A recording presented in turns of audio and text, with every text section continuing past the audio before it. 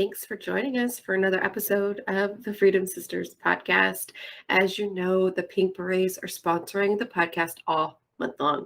And I'm so excited about this partnership because the Pink Berets are really helping women who are afflicted with the devastating effects of PTSD, MSD, and combat stress trauma. They want to intervene and help women heal before they're homeless, they are unemployed, or even worse, commit suicide. September is Suicide Awareness Month, and I just want all of you listening to this right now to know that you are loved, you are cared for, you are worthy, and there is help right here. The Pink Berets, reach out to them at www.thepinkberets.org or reach out to us here at Freedom Sisters. We would love to come alongside you and help you navigate the nuances of finding the right resource for you. Today, we continue our conversation with Ayana and Dr. Abby.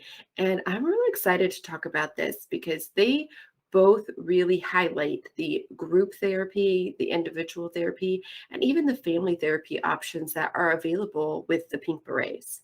They've gone virtual because of COVID. And if you are interested in attending one of their MST group therapy sessions, sister, let me tell you, Dr. Abney is fantastic. The second part of this conversation, we'd get to sit down and talk to her directly. And I'm so excited about that. If you want to learn more about their opportunities for therapy, email Dr. Abney at dr.abney@thepinkberets.org. But first, we sit down and we talk with Ayana. She is a really incredible participant who has used the Pink Berets therapy and culinary arts programs to help her navigate her healing. Stay tuned for this amazing conversation.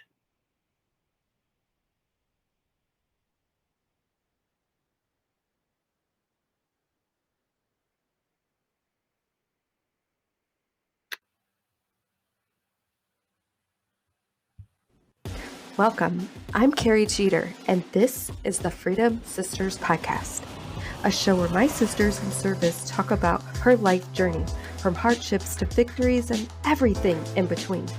We are the leading media company to amplify women veterans. Well, thanks for joining us on another episode of the Freedom Sisters podcast. This month is incredible because all month long, we are sponsored by the Pink Berets, and they are an incredible organization leading the way to help women veterans and men heal, but primarily women.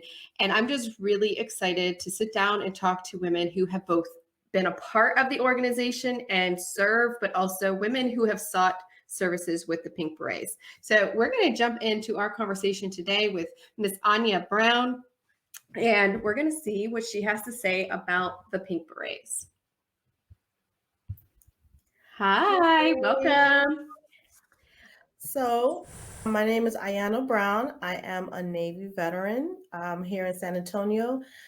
Not only used Pink Beret, but now I'm an ambassador. So thank you for having me.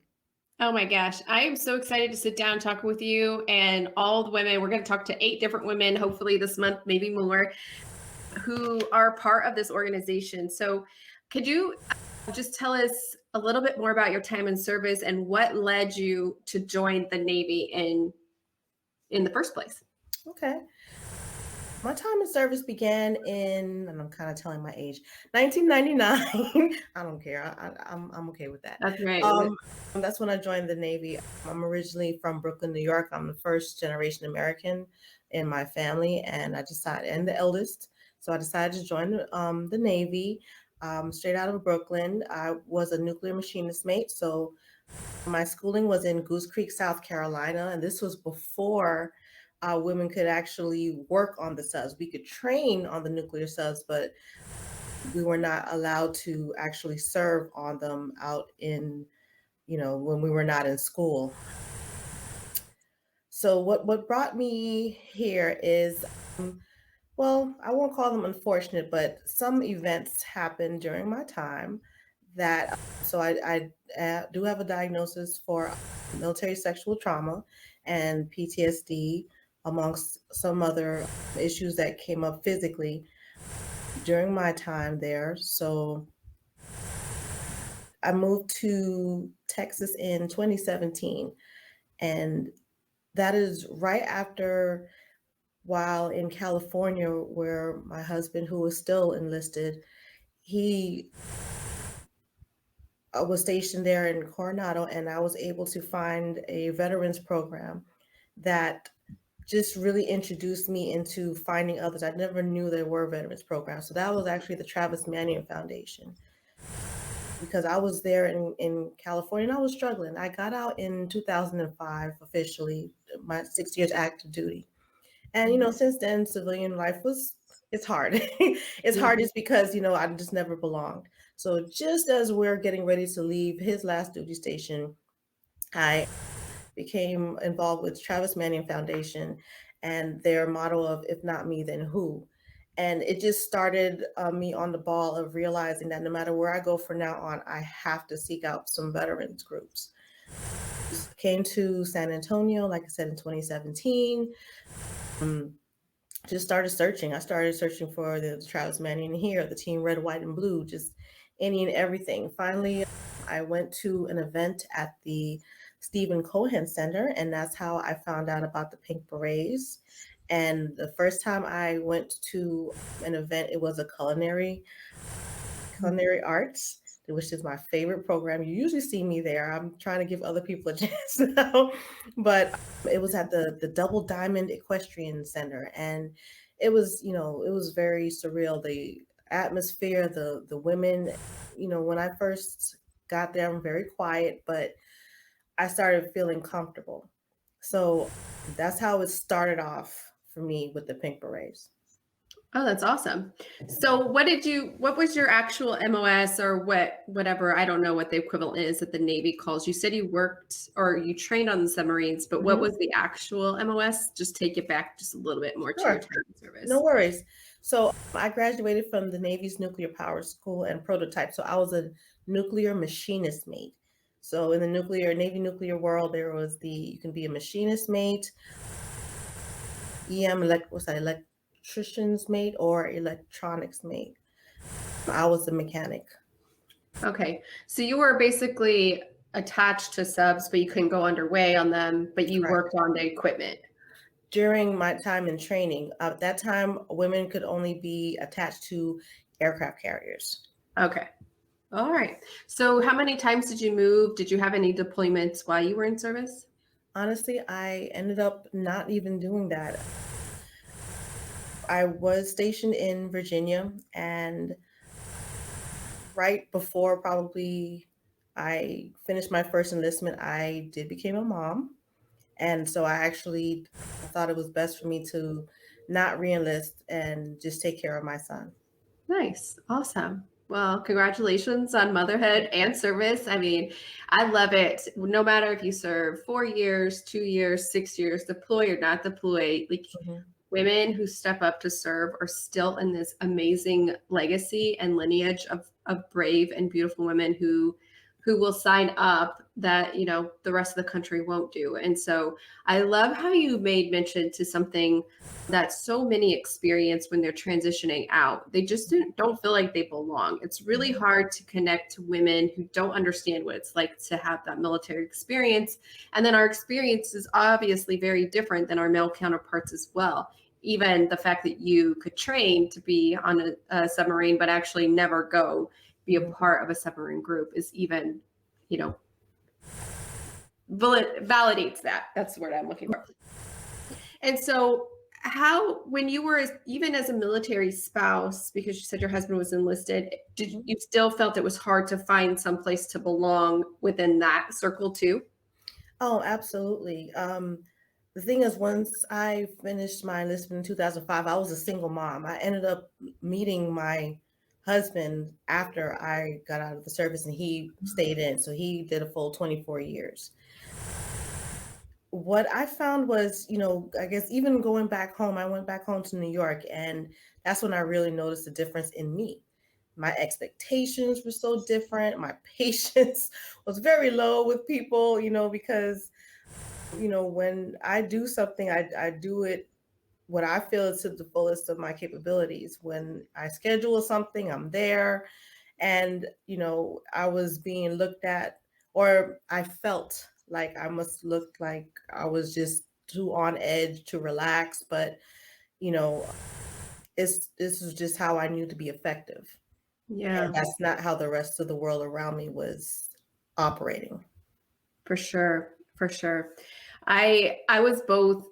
I've been a single mom in service, single mom out of service, Mhm. married to a dual military. And it was always so weird, especially as Mhm. a single mom in the military, to connect to find like that circle of girlfriends. Like I didn't Absolutely. want to be girlfriends with the guys I served with because they weren't girls, Right.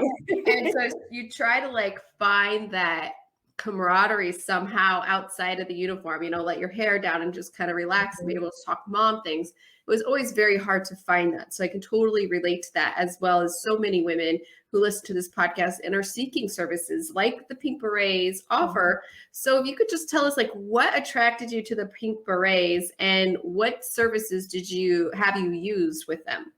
Okay. Well, they definitely got me. They called my name when they said the culinary therapy because I mean, I like to eat and I like to cook, but I never experienced cooking in, I guess, professional kitchens or with real chefs or anything. I find a recipe, follow the directions, but also just realizing that just how therapeutic it was to take my time and really enjoy putting a meal together was huge for me.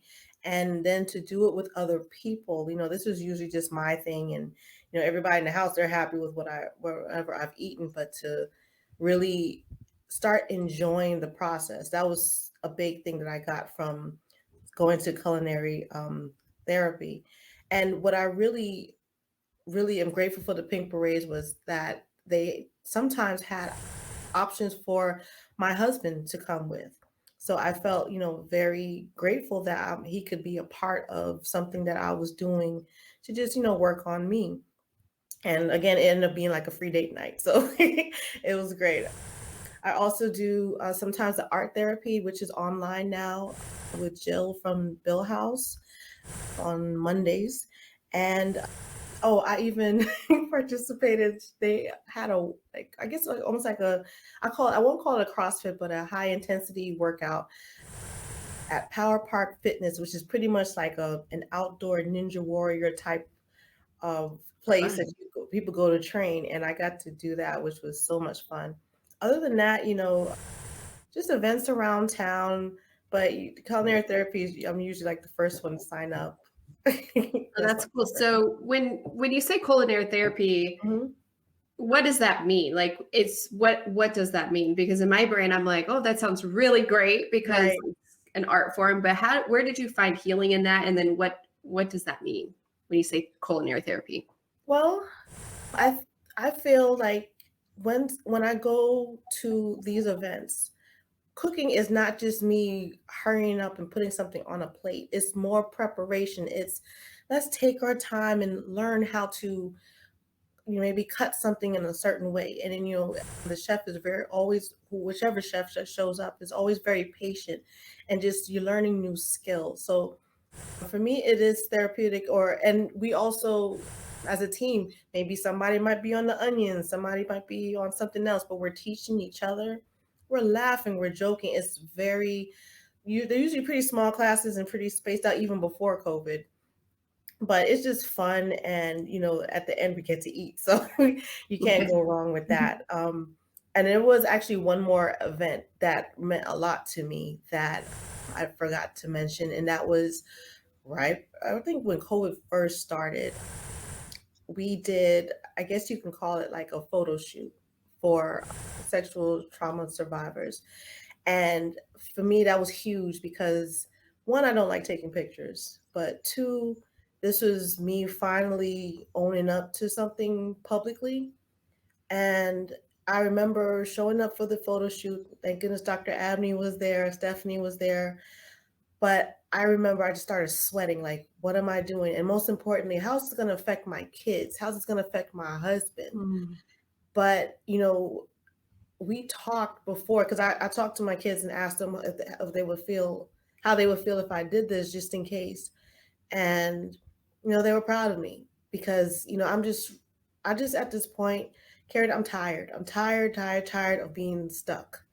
And Mm. this is just me really fighting my way out of some quicksand mentally. And just like, why am I ashamed when I didn't do anything wrong? If anybody's going to be ashamed, it's the person who knows what they did. For You know what sure. I mean? As they should. Hmm.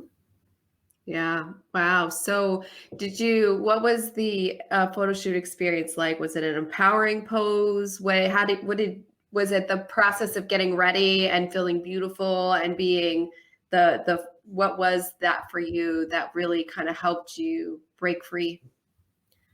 I guess it wasn't empowering. It's not necessarily the pose, the fact that I just did it. I held a sign and I was like, yes, I have gone through this as well. Because the truth is I don't really see that many women who look like me who talk about this stuff. But Mhm. the funny thing is, I think once you have had certain experiences, you can sense them in other people.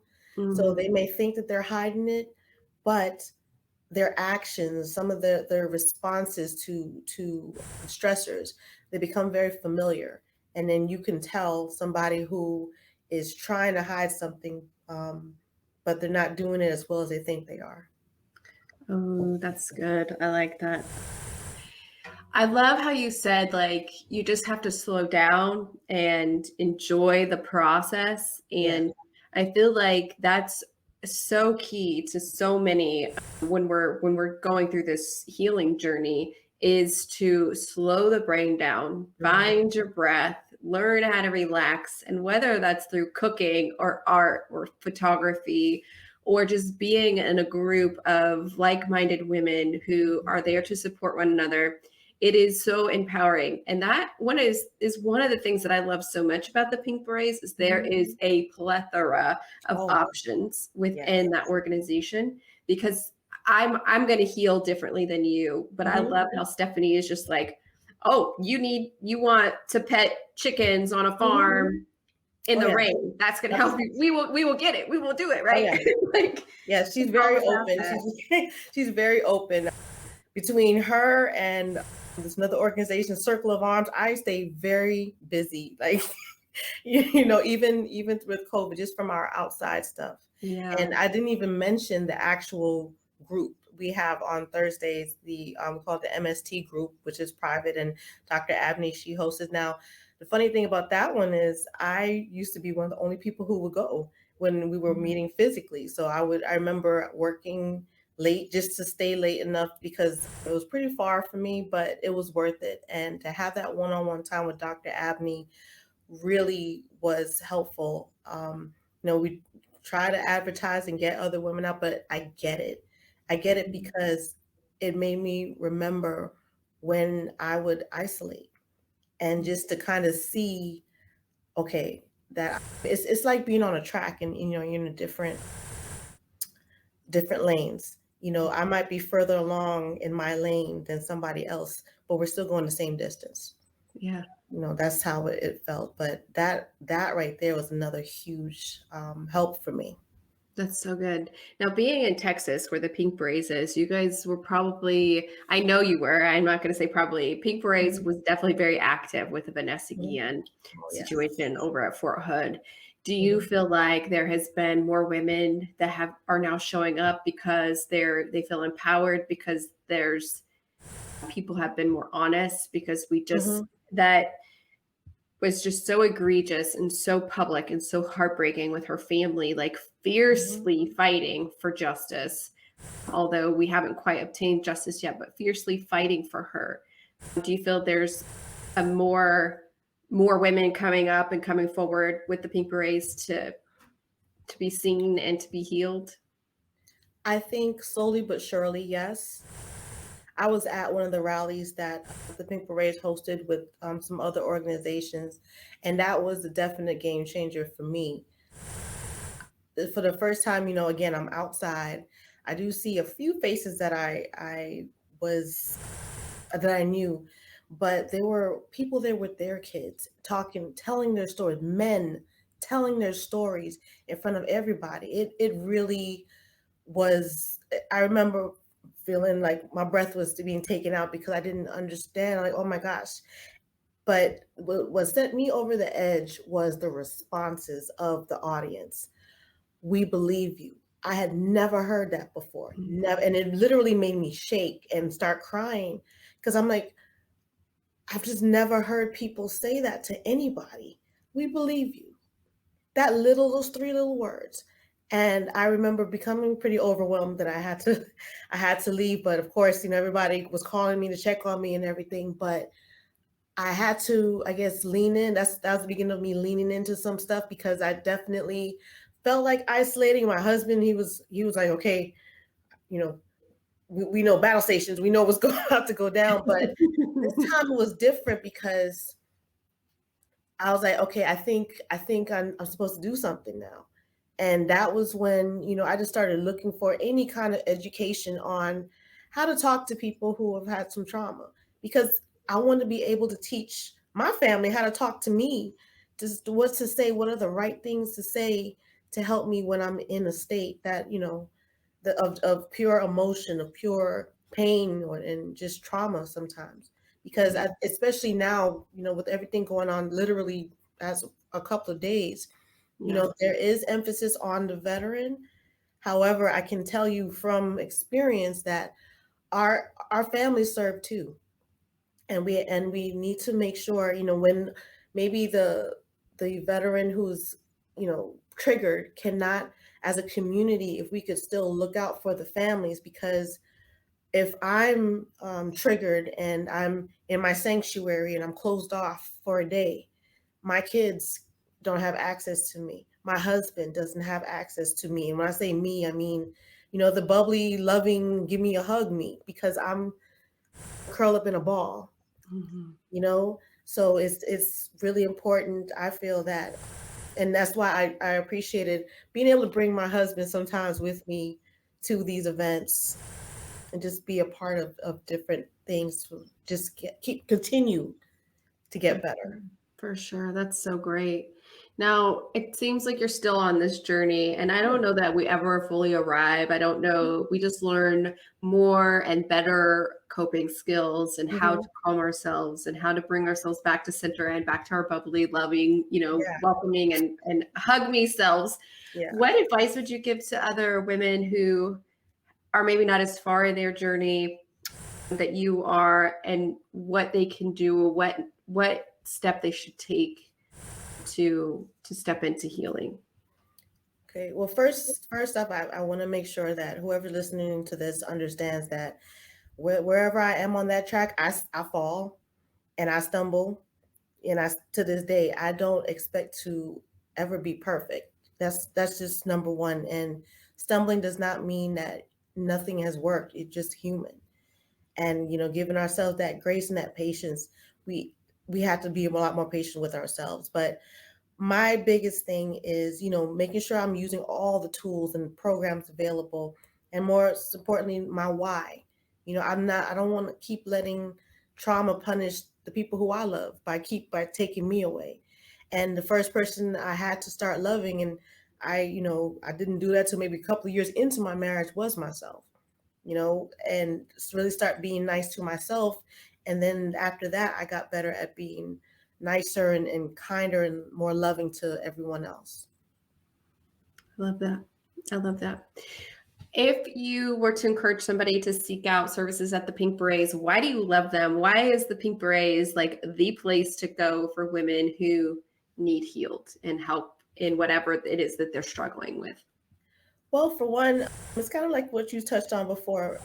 What I do love about working with the Pink Berets is the camaraderie, not just within the Pink Berets, but we are always looking to collaborate with other groups. Even though we might fill out A, B, C through F, another organization might be do F through J. And that is a big thing that we need to know. We need to make sure that the communication is out, that the community knows what's out there. And again, like, I keep going right back to, how it encourages the family as well, because they do have family therapy as well. and I believe that we have a mother-daughter event coming up, things like that. I just really feel it's important. We have to start showing our love to the people who love us while we're healing. Yeah. Oh my gosh. I love that so much. I just want to thank you, one, first and foremost, for your service to this country, two, for your courage to advocate for yourself and to find the measures that work for you and the therapy that works for you, and just building this life around grace and forgiveness and loving yourself and loving others. It's really, we've been spending maybe 20, 25 minutes with each other, but I can just feel that from you, and that you're really wanting better for not only yourself, but other survivors, especially military sexual trauma survivors. And Absolutely. it's just really fantastic that you not only use the services, but you're an ambassador for the Pink Berets. So thank you so much for just being very candid and open with us today. It's really, really special. I appreciate the time. I appreciate you just looking out for us and letting us talk about it. Everybody who comes or even writes the Pink Berets, I am like a Rolodex of resources, and I'm all about free. So free education, $3.99. That's right. $3.99, whether it's psych armor or whatever, I've got you, because what's the worst that could happen? For sure. You might feel better. For sure. If you're willing, how can people connect with you to learn more? Okay, well, I didn't even mention, I actually just got certified as a mental health peer specialist for the state of Texas. Awesome. However, you can actually reach me at Ayana, that's AYANA, at reachpeersupport.com. That is something that I'm working on to become a contractor for the city and the state, and just to keep helping bring resources where there aren't. So again, AYANA at, I'm going to have to spell this out phonetically, Romeo Echo Alpha Charlie Hotel, Papa Echo Echo Romeo, Sierra Uniform, Papa Oscar, Romeo Tango.com. I think I still got it. So yeah, you still got it, girl. You still got it. That's right. Or just contact Stephanie. Stephanie, she has me on speed dial. So I do hope to meet more people and come and get some of this loving and these tools. Awesome. Thank you so much. All right. The Pink Berets is sponsoring the Freedom Sisters podcast all month long. Now, the Pink Berets offer all of their services at no cost to you.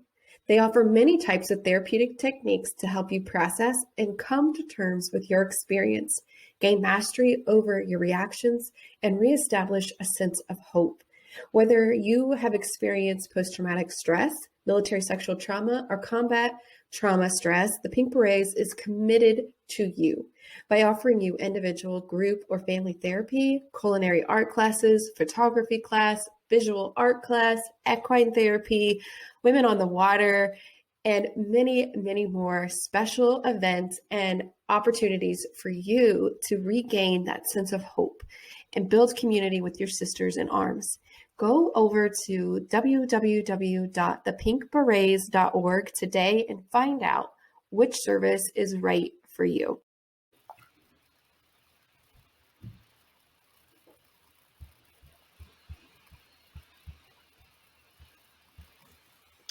All right. Well, we are here to continue the conversation with our amazing ladies of the Pink Berets. And Dr. Abney, I'm just going to tell you right now that your reputation precedes itself, because the women who have already spoken to with the Pink Berets have just lavished their love and admiration of you, because you've literally helped so many women overcome and their trauma and step into this place of healing. And so I'm like in awe that I get to sit down and talk to the legendary Dr. Abney. So welcome to the Freedom Sisters podcast. Thank you very much. I didn't know that, but I'm glad it's good. It is so good. And the work you do is really important. So if you could just give us a little bit more about who you are. I loved what you said before we started recording, that you are by osmosis, a veteran, and because I had asked if you were a veteran yourself, but could you just tell us a little bit of your history and why you stepped into this space are you a therapist, a counselor? Clinical psychologist, yeah, and I do therapy. Awesome. Awesome.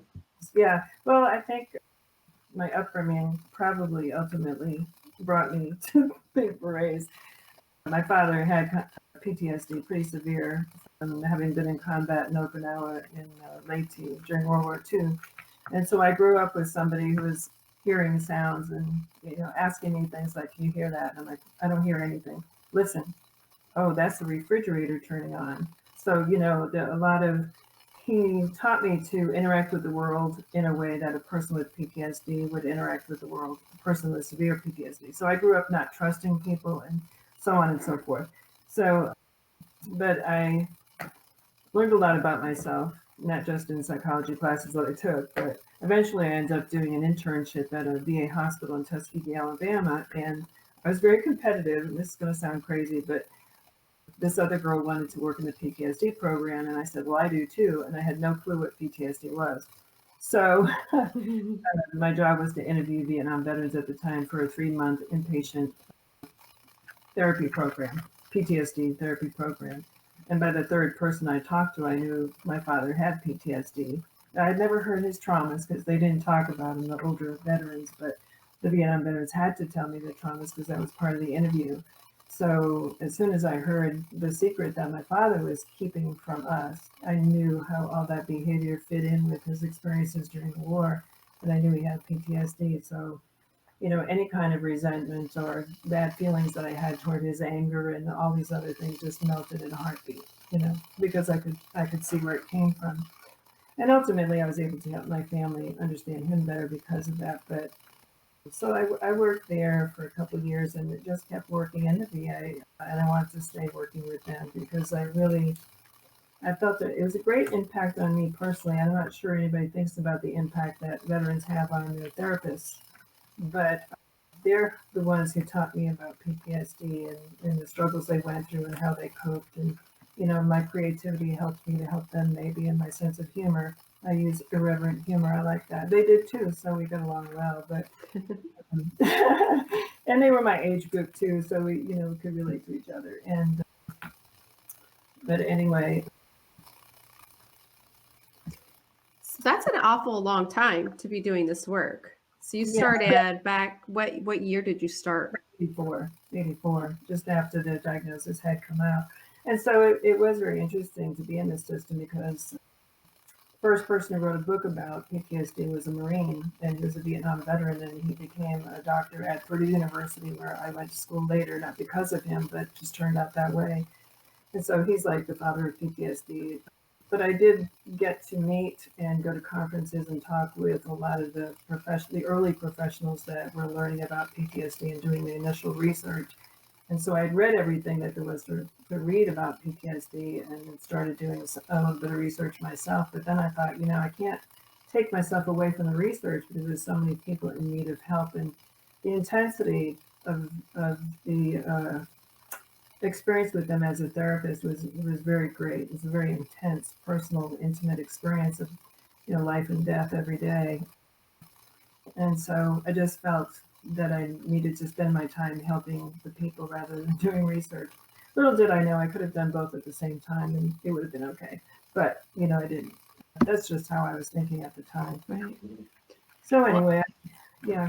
I think there's a lot. So I'll speak about my experience personally just real quick, but like on the other side, when you've kind of started to navigate this healing and you can look back retrospectively, you could see little things as gifts along the journey, right? And I truly think that your dad having this and you growing up as a little girl and witnessing the effects of PTSD without knowing, and then stepping into this program, like at the very beginning, were gifts for you to really be able to navigate and help people in such a way that somebody who hadn't had a father with that wouldn't have been able to do. So, and in your own right, you're a trailblazer in this because you started working it long before it became an official diagnosis, but then at the beginning of that and moving forward into where you're helping today.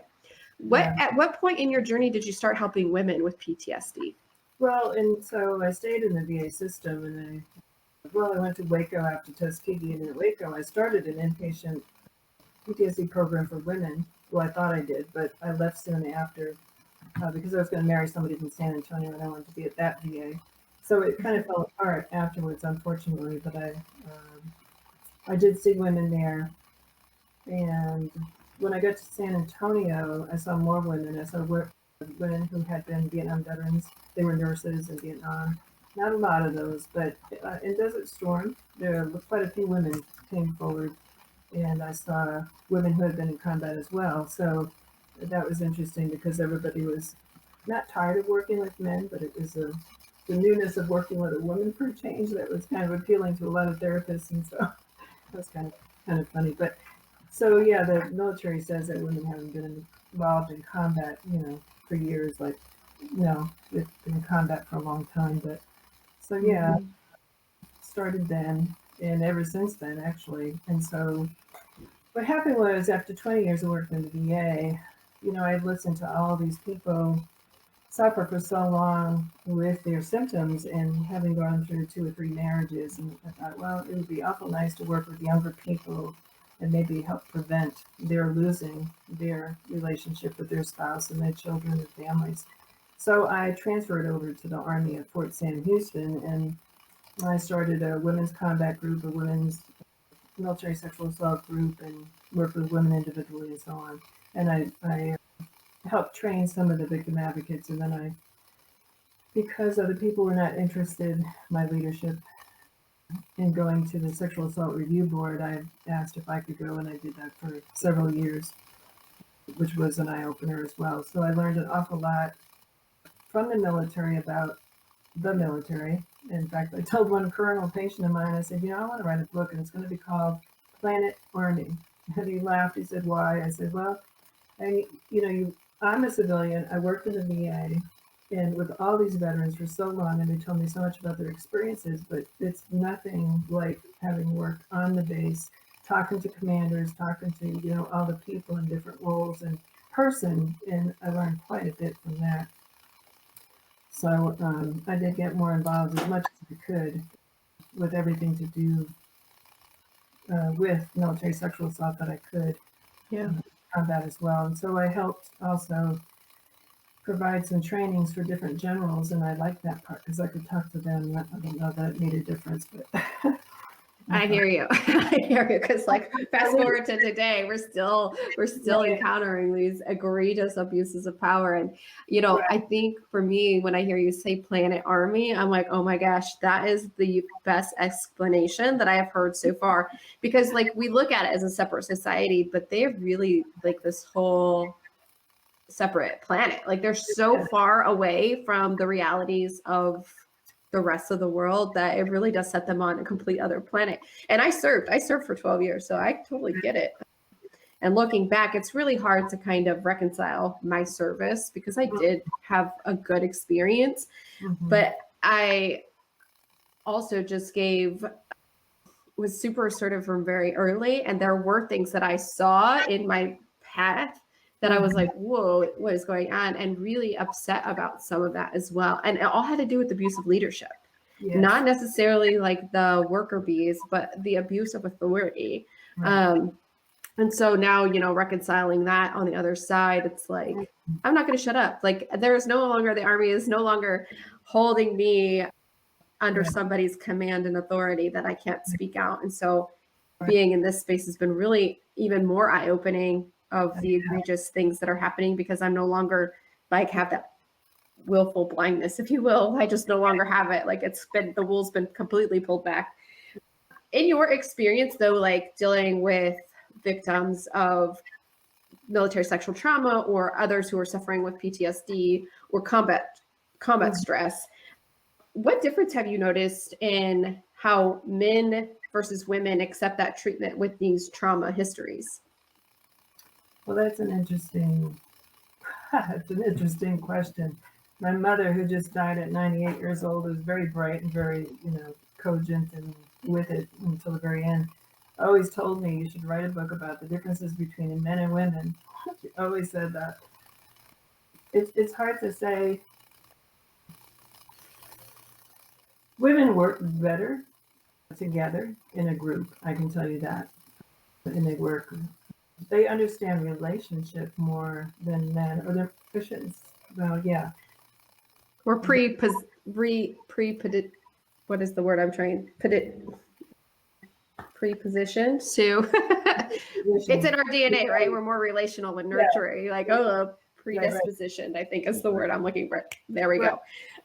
For that. Of course, for me, it makes it a little easier as a therapist because they do more of the work within the group themselves, and I'm just there sort of as a guide, which is what it should be like. But men, I mean, you have to grab them by the ear and drag them, literally, to the doctor, and when they tell you they've been bleeding for 6 months from their rectum, you're like, oh, you think you might have cancer or something? You think you want to, Yeah. Uh-huh. In terms, they're much more stubborn. Women are much more, it seems like, willing to work toward a goal if they see and understand what the bigger picture is like, and they can see the bigger picture in a lot of ways more than men too. But again, we are predisposed to look at relationships differently, and men always want to fix things, and it's very hard for them to process emotions. I think I was very lucky to be a civilian for one and a female for two, because it seems that military people would rather talk to a civilian more than another military person. There are issues of trust involved with that, and whether they'll report back to, their command about what's being heard in the session and so on. And I was witness to that actually happening with some people. So I guess that's, it was a real positive. And then being a female, I think men open up more about emotions to females than men, because they got to be the, Mr. Macho with each other, and if there are men involved. Although some therapists are really good at being able to do that, even if they're men, It depends on whether they're in touch with their feminine side or not. Yeah, totally. We have, from my understanding, you guys do individual therapy, you do group therapy, and you also do family therapy with the Pink Berets. Do you facilitate all three of those types of therapy environments? I can't do that for everybody for the Pink Berets, so we do refer some people to a local facility, the Stephen Cohen Family Military Clinic called Endeavors. So we help each other, and if Endeavors wants some activities or some speakers, workshops to be done, we do some for them. So we share that responsibility to some degree. I do therapy individually for some patients. It depends on what's happening. If it's somebody who can't be in a group, not everybody really should be put in a group, immediately. I believe they need to get used to the idea of what therapy is and work individually with a provider and come to trust the provider to some degree, so that when everybody's in the group, they have some relationship with me, for example, and feel good about me. And so then they're not worried about me, and they can work together better, and I can work with them. But some people aren't ready for that at all, and so I'll do that until they feel more ready to.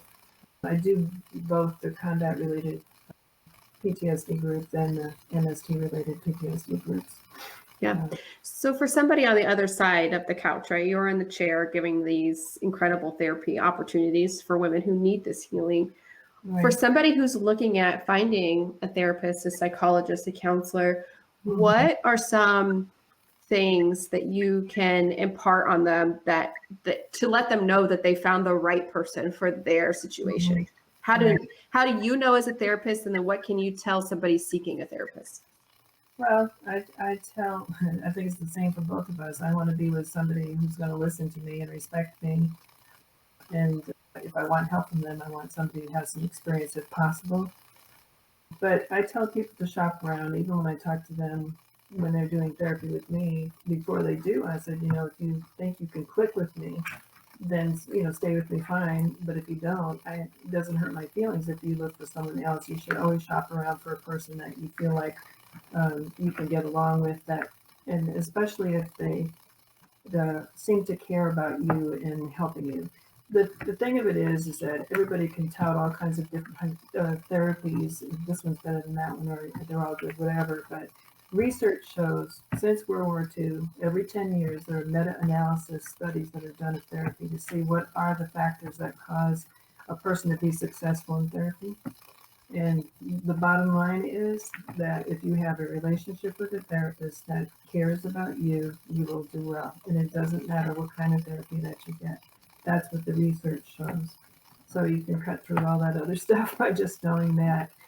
And that is the most important thing. Because if you don't have a relationship, how can you do therapy with somebody anyway, right? And because Right. you have to trust somebody, and whether you have issues with trust or not, that is a basic, what, what's the Yeah. word I'm looking for? It's a basic.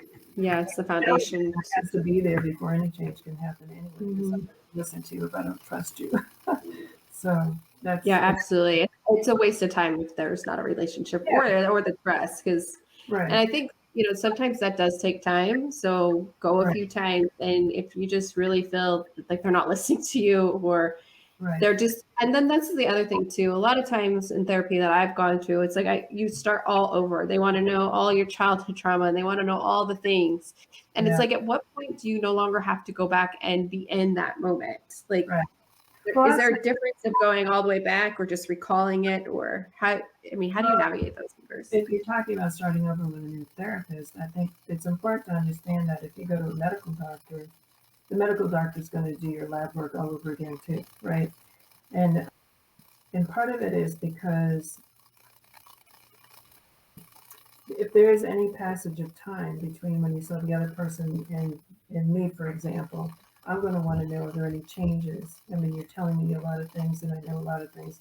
I don't repeat everything as much as others do because I glean a lot from the interaction that I'm having with a person. I don't have to ask the questions. They're already giving me information. I'm writing it down. But part of the interview and going over it again is also the style of the provider. So when I ask questions about your growing up experiences, I'm also going to ask you questions about, well, how did you cope with that? I mean, if you were abused in childhood, did you run away? Did you get involved in school? Did you hide in the house? What did you do? Because, and another provider might not ask those questions. Mm-hmm. So if I if I ask you about a trauma in your childhood, for example, and you tell me that's a personal experience between me and you, and I'm listening and I'm feeling you and getting a lot of information from that and getting a sense of you, but I might ask those other questions other people don't ask. So those two things are very important because if I'm there with you while you're telling me that story and you're telling me how you coped, I mean, I'm having feelings, you're having feelings, and we're sharing that in a room. That's a part of my relationship building with you too. So, but I'm talking from my experience. I don't know what other people would tell you about this experience, but I could go so many ways with talking about that. But it's a personal experience, I think. And when I start with somebody, I do that. But it seems like people don't mind, and it may be because of the way I do it or something. I don't know. Yeah. Or even the follow-up questions, because I honestly, that has never been, nobody has ever asked me that. And any counselor or anything that I've ever gone to, Yeah. well, how did you deal with that? So Well, interesting. I think that's like a whole different level of like wanting to see them in yeah. that moment, not the trauma in that moment. And I think that's a way of Yeah. extracting that relationship. I think that's beautiful, actually. No Well, thank wonder you. everyone just admires you. Has so many great things to say. But Like, also, I do have 33 years of experience, and I mhm, have for that. And I hope that people see that and feel that. yeah. But I yeah, love, I mean, I don't love COVID, but I love how COVID has given us new avenues of approach to reach our sisters who were before unreachable because of the powers of technology and these virtual meetings. And even how, if you don't want to turn on your camera because you're not camera ready and it's just your name on the screen, but you're there listening and participating, how right. that can like break down the barriers that used to be there. Like you had to physically go in this room and now everybody sees you, right? Right. Can you talk about the experience of the growth you've seen in these group therapies that you have done virtually and how they have differed from the traditional setting? Oh, well, that's interesting. I've done teletherapy and assessments with that medium for years. The VA has done that for a long time. So it's not new to do the assessments, but it's new to do therapy. For me, it's very different. Some people don't talk, and that's okay with me. I've had people for years being in a group and never talked, and all of a sudden said the most significant thing in one day that they've ever, that they've said, or anybody could say, for the whole year. Anyway, I've seen a lot of growth in people do start talking when actually they talk pretty quickly when they hear other people talking. So it's surprising to me and to them how quickly somebody will talk about a trauma in a group, even though they're new. And they don't expect that from themselves. But I think that when another woman's sharing a story, they can relate to it so much, and they've been alone for so long with that own story that they want to share it too with that other person or with the other people. I don't know that I really like. My priority would be doing therapy in person because, again, like I said, I can feel people in the room, and that gives me a lot of information, and people can feel each other, and they feel closer as a result, although they can also feel more upset as a result too. But it's a experiential, and I think a lot of change comes from having experiences, and that's why I like group therapy so much.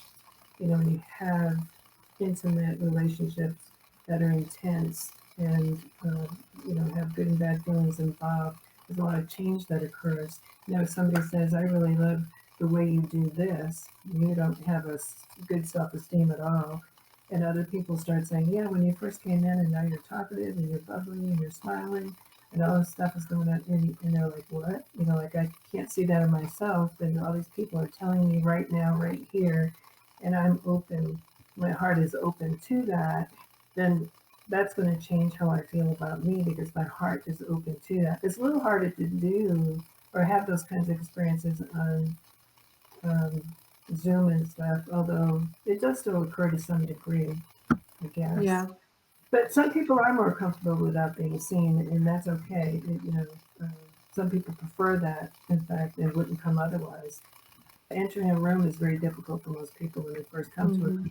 All eyes, turn on you, and you're like, no, I don't want any attention on me. Thank you very much.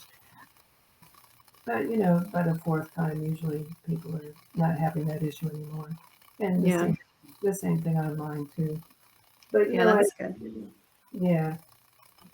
So when are you guys meeting? What are the days and times that people can join, and how do they register to join? Well, if they go to the Facebook page, the Pink Berets, without spaces in between the words, it'll say just email me, which they can do. I should put my email up there. But it's dr.abney@thepinkberets.org. But Tuesday nights at 7 p.m. Central Standard Time is when I do the combat related PTSD support group. And on Thursday nights tonight at 6 p.m. Central Standard Time, I do the MST related PTSD support group. So those are the two groups that we're talking about right now. Otherwise, when people sign up or apply to our program, I'm the one who usually talks to them. So I call them up and talk to them about themselves, and they tell me a lot too. So we develop this little relationship over the phone, it seems like. But I go over a lot of things about the program and other things that they have access to, and I send them emails with information about signing up. But they can also look at Facebook too. That's awesome. That is awesome. Yeah. Do you mind sharing just a few strategies, trauma-informed strategies that women can utilize in their daily life if they're struggling with trauma-related symptoms? I think it's really hard to do. A lot of things are hard to do by yourself when you're a traumatized person because it envelops and changes everything about you in a sense. So it's good to have somebody outside of yourself to talk to, whether it's a therapist or not. But one of the main things that I usually start with is asking people, how much do you have on your plate right now in terms of stress? And a lot of people, because you don't know that this is stressful and that's stressful and this is stressful, and they don't know until it's taken off their plate. So if you have someone else to talk to and they say, wow, that's a lot of stuff, then maybe listen to that a little bit and see what you can take off your plate and what is absolutely necessary for you to do at the current time so that you can decrease your stress on your own that way. And like I said, sometimes it takes that other person to have a conversation with to help identify what those things might be for you. But it makes a world of difference. And I do that before I really start. Well, that's part of therapy, but therapy, because it does reduce stress enough to where they can be a part of therapy more available to me and themselves, to do some other work. Um, and the other thing is to get an alpha stem from the local VA We, hospital. oh my gosh, we did an article in the Freedom Sisters magazine about alpha stem therapy, actually. And I personally have done transmagnetic stimulus therapy. Yeah. Yeah. Well, I would like to read your article. If you would send me that, I would appreciate it very much. You got it. I might write an article for you that it may be different from what I would love that. I would absolutely welcome that. And then you obviously, because you are part of the Pink Berets organization, believe in alternative therapies as well, in addition to the standard traditional clinician type style. So how do they marry together, and how do you know, like, how do you navigate those alternative therapies? Well, what I do is I make a list of what we have available, and I talk about it with the person who's applying, and which one of these strikes you as something you'd be interested in, and I tell them a little bit about it and what it can do for people, what people have learned before from it. But basically, all of the activities that we have really help people to feel safe because they're with other women veterans and they're done carefully and with a lot of forethought and safety, kept in mind and all.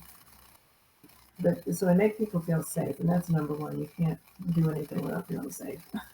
You're in survival mode anyway all the time. So, once you feel safe, then you can connect with other people, and the change comes from connecting with somebody, a therapist maybe first or whatever, but other women, but you have to open your heart up to it. So once your heart starts to open, you begin to feel positive things about yourself and about other people, and that gives you hope. And so any way that you can get a person to open up to start to heal is a good way. So it doesn't matter whether it's me or the horses or whatever, but as long as it starts to happen. And so I ask them, well, where do you want to start first? Or do you think you're comfortable with? Because if they're not comfortable, they're not going to do it anyway. So why would you suggest something if they're not comfortable with? Mm-hmm. So they'll say, well, I'd like to get to, know what therapy's about first. Fine. If you want to do yoga, fine, I'll try that. Or if they're feeling adventurous, they might say, I've never done anything with horses, but I think I might like it. Can I do that? Sure. No, it doesn't matter really, as long as you pick something that you can connect with initially and then go connect with, other people or horses.